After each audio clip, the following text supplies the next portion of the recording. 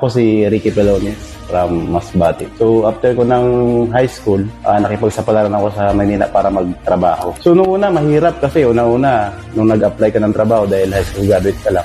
So nahirapan ka maghanap ng trabaho kasi ang hinahanap nila yung mga 4 years grad o graduate. So medyo nahirapan talaga ako. Almost 1 year bago natanggap sa trabaho.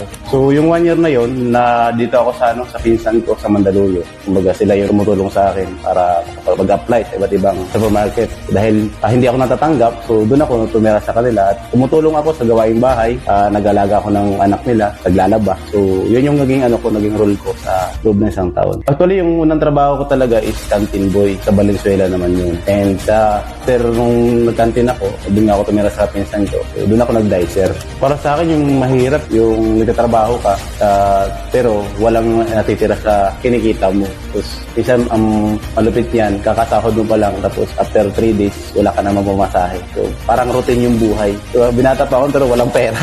So para sa akin, nung hindi ko pa nakita yung industriya, parang routine yung buhay. So parang gigising, papasok ko uwi, gigising, papasok ko uwi, tapos pag may mga ayaya yung mga tropa, so yun, may mga gimmick. So halos ganun siya umiikot. And nung napatunayan ko, parang talagang wala nangyayari. Parang nangarap talaga ako, sabi ko, ano kaya maganda kong gawin. And siguro, dahil mayroon akong ambisyon o nagkataon na nakita ko yung ganitong klaseng industriya at doon nabuhay yung aking pangarap. Nag-start ako sa ganitong klaseng industriya is 22. Actually, nung una ko siyang nakita, talagang nabaliw ako kasi talagang nabuhay yung yung pangarap ko. Sana sabi ko, parang ito na siguro yung hinihiling ko, yung dinadasal ko. Kasi mayroong pag-asinso may mayaman daw So doon ako talaga nagkaroon ng time na sabi ko, kailangan ko siyang aralin. And ang malupit niyan is hindi pala ganun kadali ang yumaman dito. So ang natutunan ko doon is more on learning ako, experience, pero hindi ako yumaman doon sa unang attempt ko sa ganitong klaseng industriya. Kahit hindi ako naging successful doon ako natuto. Kumbaga yung mindset ko na talagang naging matibay pa rin sa hamon ng buhay. Kasi isa sa natutunan ko doon is paano maging matibay,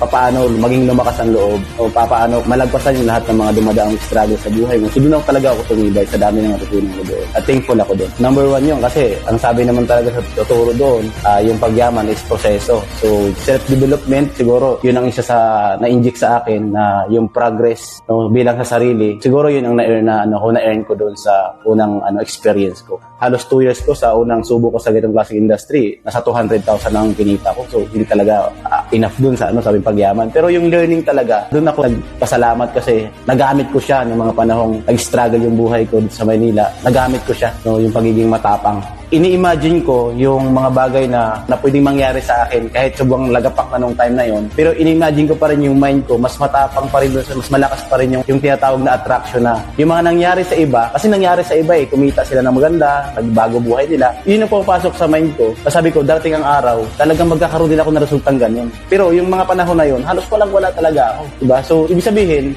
yung mindset ko, yung paninindigan ko, yung tiwala ko dun sa sarili ko na darating ang time, magkakaroon talaga ako ng resulta sa ganitong klaseng industry.